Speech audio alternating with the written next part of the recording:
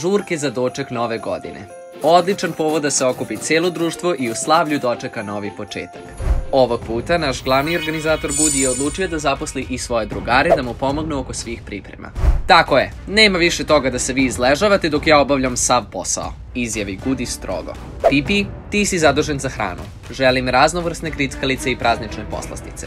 Nemoj da si bilo šta pojeo, naredi Gudi. Da, gospodine, odgovori Pipi.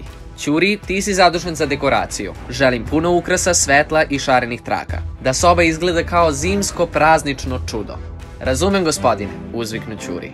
Pa, gospodo, projekat doček je u akciji.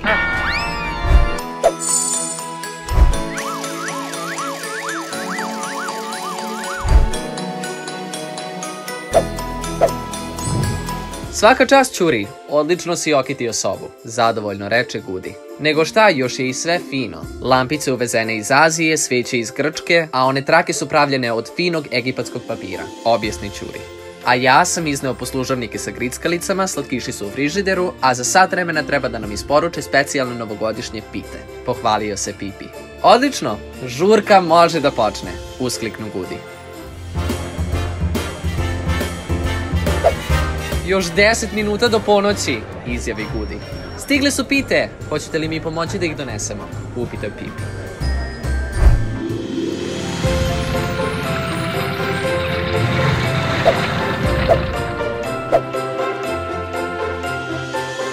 Hajde, Pipi, otključaj to što brže, cvokotao je Ćuri. Pa nisu kod mene ključevi, uzvrati Pipi. Kako to misliš? Ne možemo da uđemo, drhtao je Gudi. Srećna nova godina!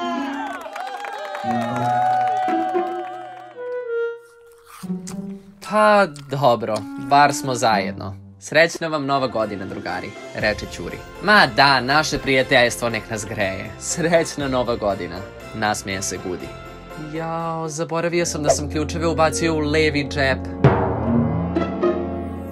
Nekako ti spontani novogodišnji momenti uvek postanu i najdraže uspomene, tako da sam siguran da će naši drugari ovo veče dugo pamtiti.